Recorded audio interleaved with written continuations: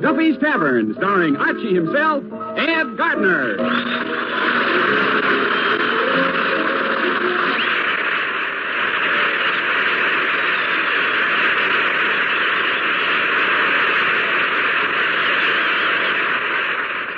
Here we go, friends, to Duffy's Tavern, starring Archie himself, Ed Gardner.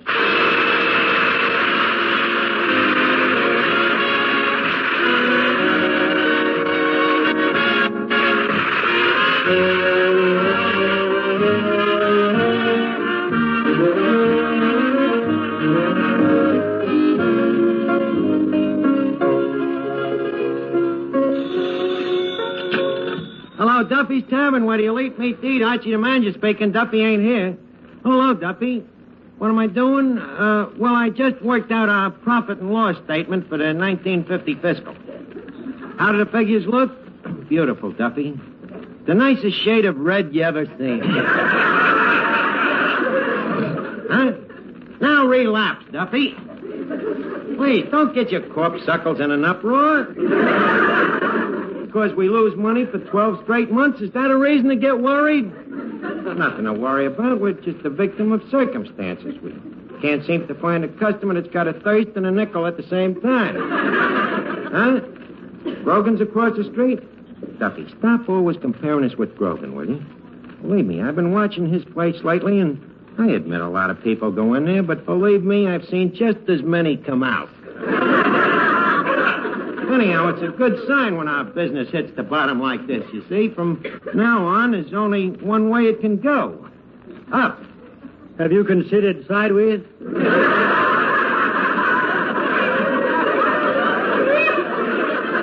Cut it out, Eddie.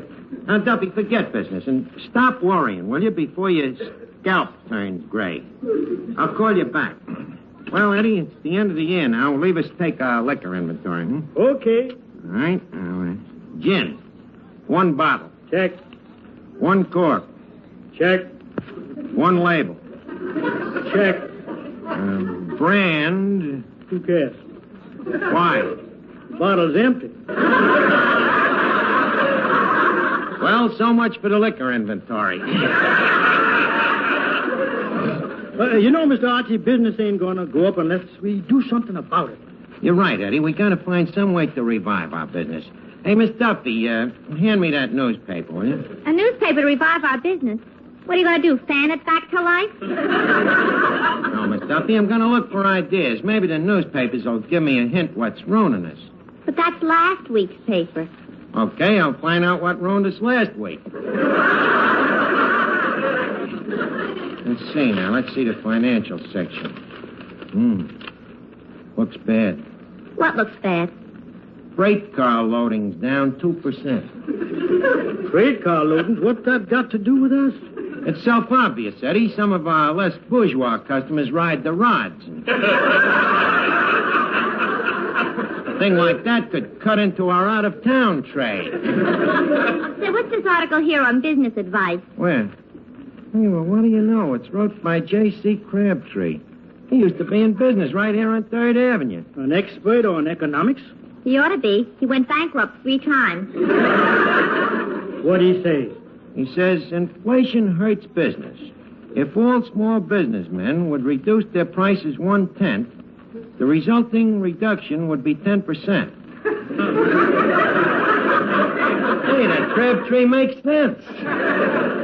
Yeah, you can't argue with logic like that. Yeah, well, Eddie, you know, the way prices is now, people just can't make ends meet. So I think it's up to us retail merchants to at least meet their ends halfway. Well, how are we going to do that? Well, like that economics guy says, we're going to cut our prices 10%, and we're going to do it effective as of our next customer. Why can't we start this week?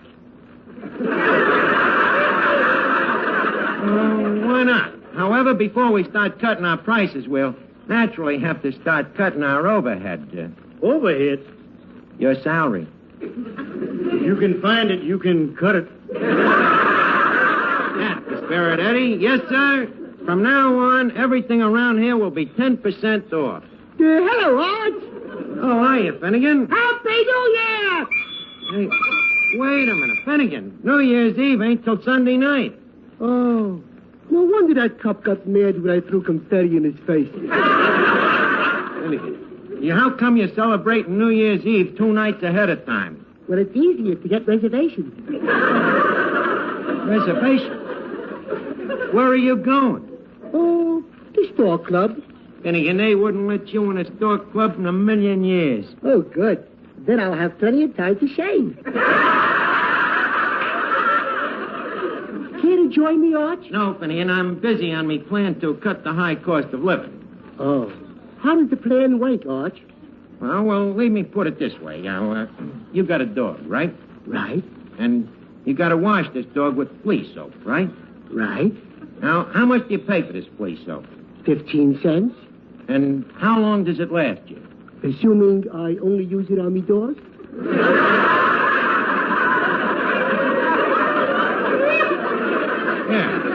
Yeah, how long will the flea soap last?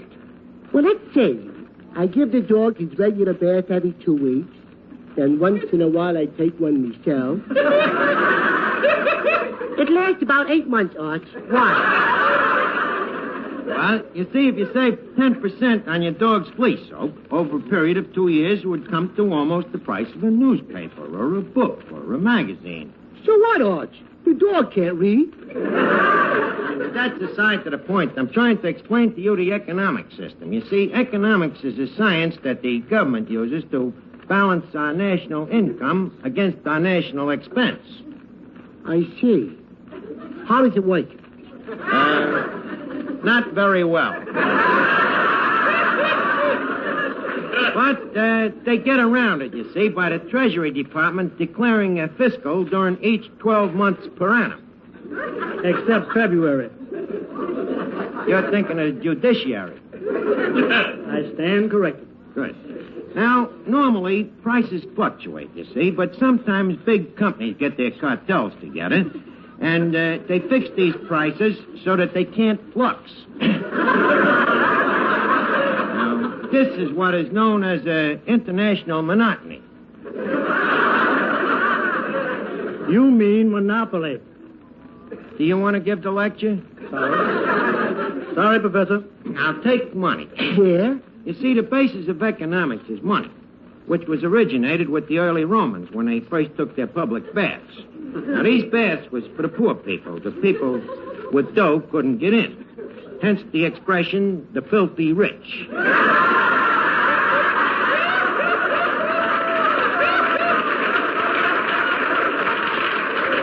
Yes, sir, there's nothing like an education, huh, Eddie? Nothing like the one you got. Thank you very much. But to continue, Finnegan, you see, since the days of the Romans, money has always been the medium of exchange. Except today, it ain't a very happy medium. Well, why is that, Arch? Well, the dollar devaluates less all the time, especially during an era of upward flux. So, as I say, since we are no longer on the gold standard, and since we are no longer on the silver standard, if inflation sets in... What will we be on then? I hesitate to say. Well, now that we've discussed high finance, Finnegan, do you have any questions? Yes. Right? What's the question? What time is it? What time? What's that got to do with finance? Plenty. My mother pays me a nickel for every hour I stay away from home. Well, your mother sounds like a very logical woman. Wait a minute. Hey, that's probably some dame calling me for New Year's Eve. Hello, honey. Oh, sorry, Bud, you got the wrong number. Huh? You want to talk to Miss Duffy? Brother, you do have the wrong number. But I'll call her. Miss Duffy, telephone. A man's voice? Uh-huh. Oh, my. Hello, this is Miss Duffy speaking, and I'd love to. What? Archie, I thought you said it was a man. Well, ain't it? It's my girlfriend, Katrinka Yarbutz. Even on television, she would have fooled me. Hello, Katrinka. What? A double date for New Year's Eve. Katrinka, you got a nerve asking me to go out when you know I'm engaged to be married. Where are we meeting them? Uh-huh.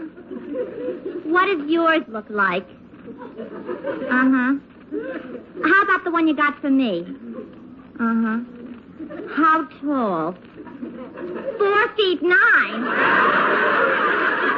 Katrinka, you got a nerve asking me to go out when you know I'm engaged. What? You'll call me back. Katrinka, please don't bother. Unless you want to switch fellas. Archie, when are we going to start cutting prices? Why? Well, if it wasn't for high prices, I'd already be Mrs. Rodney Maximilian Haybinder. How come? Every week, Rodney promises me that as soon as prices come down, we'll get married.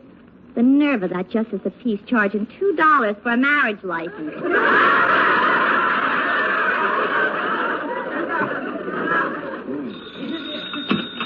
Hello? Hello, Duffy. Duffy, I got the answer to making money. Yep. We cut prices 10%. It don't make sense? What's sense got to do with it? It's economics. Yeah, a guy in a newspaper says that if we all get public spirited and cut prices 10%, it helps everybody. In other words, if Grogan sells beers for a nickel and we sell them for 4 cents, Grogan is dead. Huh? In that case, we should be public spirited, huh? Cut the 10%, but don't tell Grogan. Duffy, I'm glad you see the light. Well, gang, the crusade marches on. We're starting with our right foot forward. With 3rd Avenue against it, inflation has to go. Right, Miss Duffy? Right. Right, Eddie? Right. Right, Finnegan? Left. What? Oh, excuse me, Arch. I started off on the wrong foot.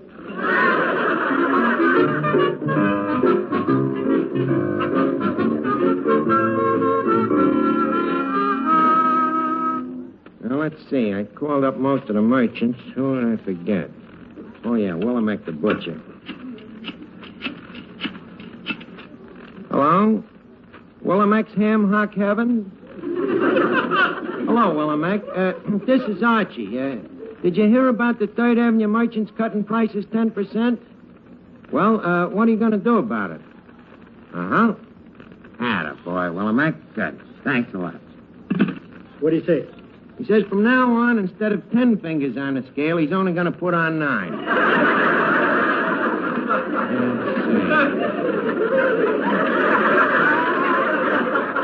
And now, about us, Eddie. Did you reduce the prices? Well, I took 10% off the food and the beer, but I got one baffling question. What? How are you going to reduce the price on the free lunch? I got it. We throw 10% of it away. Why don't you be real public-spirited and throw it all away? Well, we might do that, too. Yes, sir, this thing is really catching on, Eddie. Everybody in the neighborhood is cutting 10%. Except that Grogan, of course. Everybody? Yep, Colucci the fruit peddler, Nick the barber. He going to take another slash? Yeah, Eddie, he's going to take another 10%. Oh, you mean shaving lotion is out and plasma is in? Yep, the whole neighborhood is behind us. And the guy I'm really proud of is Cavendish, the undertaker. He started what he calls the new Cavendish 10% layaway plan. Well, what's that? For every 9 customers, he'll throw in 1 free. If he ain't careful, he's going to run his business right into the ground. And Arch, there's another place that can take a cut. Who? Smith's Tattoo Parlor. The tattoo parlor? Yes. How can they take a cut? Well, instead of tattoo, they can tat one.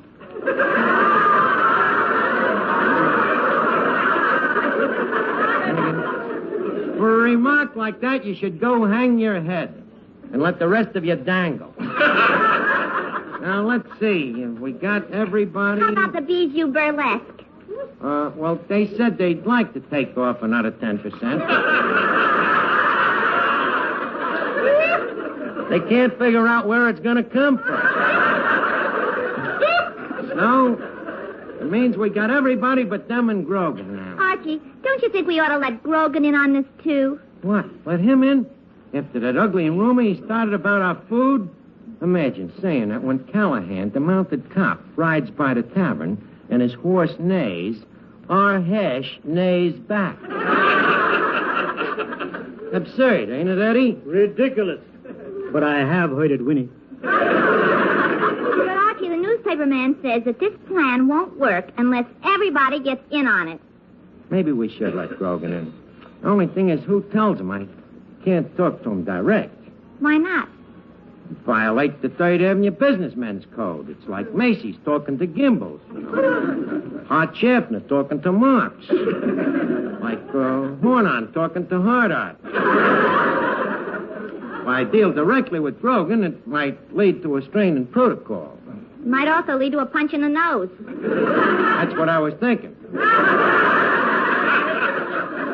I think we better do things on a higher level and maybe send an ambassador.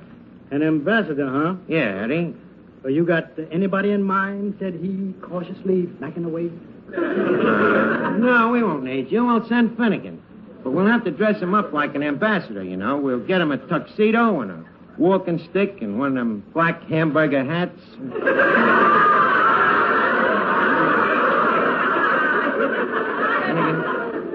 Now, let's see. Where could we get them? Well, you still got that tuxedo in the back room you borrowed from Cavendish's The Undertaker.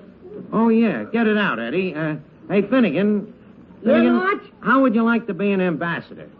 What's that, Arch? An ambassador? Well, generally speaking, that's a guy that says his country has something which it don't in order to scare another country into giving up something that it ain't got, so that both countries can agree to divide something that belongs to somebody else. Arch, a point. What? Why don't they leave the countries alone and just divide up the ambassadors?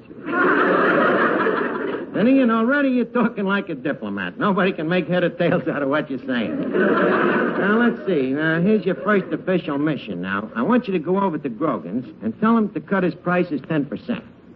How do I go about it, Arch? Well, like an ambassador, you see. You've got to use a lot of tact and diplomacy. First, you ask him to cut his prices, see? Then if he says no, you start off by calling him a crook. See, that puts you in a bargaining position. Then, if he argues with you, you tell him he's a lousy Tory, see? Then if he says cutting prices won't help his business, you call him a filthy, dirty liar. But above all, use tact and diplomacy. Here you are, Mr. Archie. What? Cavendish's tuxedo. Oh, thanks, Shall I throw the lily away? No, keep it in. It'll look like our ambassador's wearing a boutonniere. Finnegan. Yeah, Arch? Finnegan, here, lay down and try on this tuxedo. Oh, boy, a tuxedo. Let me try it on. Gee, these pants are swell, Arch. That's good. Yeah, but there's something wrong with the coat. What? The sleeves keep folding across me chest.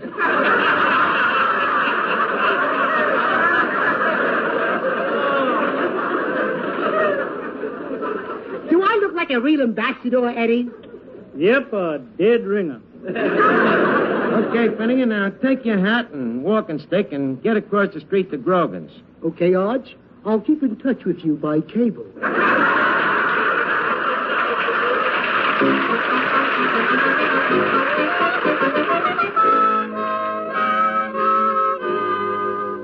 Eddie, I got a problem. What? Well, as soon as word gets around about this price cut, this place is going to be too small. Now, let's see. I wonder how we could break through that wall. Just lean against it. Who's going to do the cooking for all this mob? Me? No, I'll have to get an assistant for you, Eddie. Now, let's see. Who can I get? How about Prince Michael Romanoff? Yeah, good idea. I'll call him up. And I thought I was being fantastic. Let's see now. Hello? Hello, Mike? Look, you're an expert on cooking up gustatory delicacies, ain't you? Well, how would you like a part-time job? Money, no object. If it is his object, we're dead. Huh? Well, this is Archie from Duffy's Tavern, and we need an assistant cook. What types of food do we serve? Oh, things like roast breast of casserole, fresh Columbia River venison, with chutney, of course. Under glass. Under glass. Under stained glass. Under stained glass. Eddie! Stop disconcerting me, will you? What? What are our canopies made of? Well, the one out in front is made out of canvas. Oh, you mean canopies like anchovy paste? Mike, at Duffy's, we don't use anchovy paste. When our anchovies come apart, we pin them together. Huh? What? I see. Okay, goodbye. What happened? We couldn't get together on a price. What do you mean? He says he wouldn't come here for $1 million. Well, let's see. What else do we have to do? Well, with them crowds coming here, we're going to need more liquor. That's right, Eddie. Better pour another gallon of water in the scotch. Mr. Archie, if we water that liquor anymore, we're just going to be the middleman between the customers and the faucets.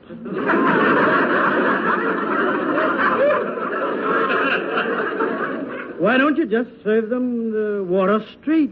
It'll be a lot stronger. Archie, I'd like to help take care of the crowds, too. Okay, Miss Duffy, you can be the cigarette girl. I'll get you one of them short little skirts to wear. Good. It'll give me a chance to show off my legs. On second thought, better wear what you got on. Well, at least they can see my face. On third thought, I think we'll keep the cigarette machine. Excuse me. Hello? Hello, Duffy. How many people in the place? You mean counting me and Eddie? 2.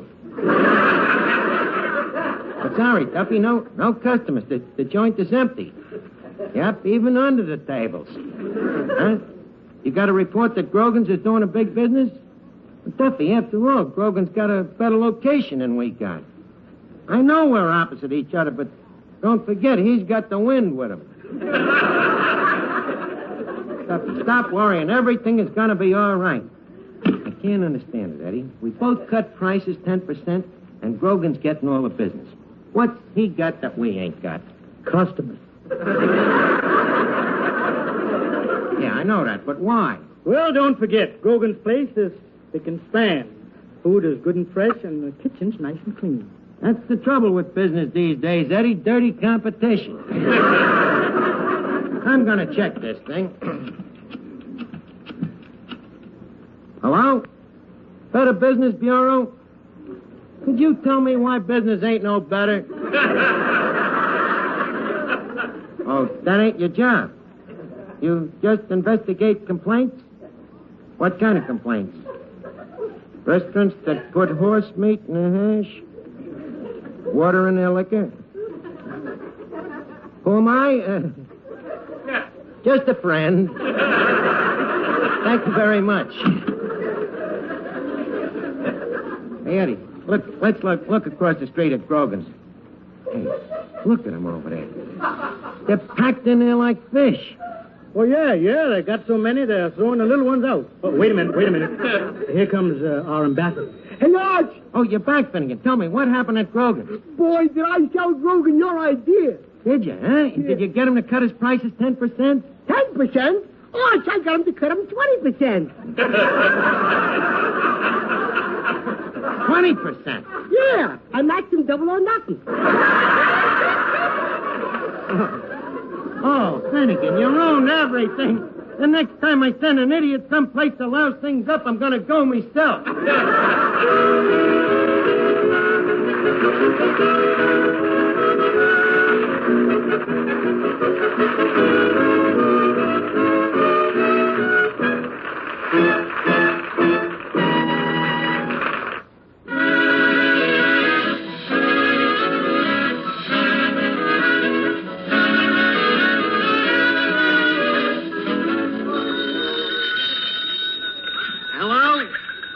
Duffy.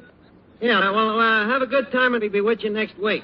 It's time to leave Duffy's Tavern for now, but be sure to be with us again next time for another hilarious get-together at everybody's favorite tavern.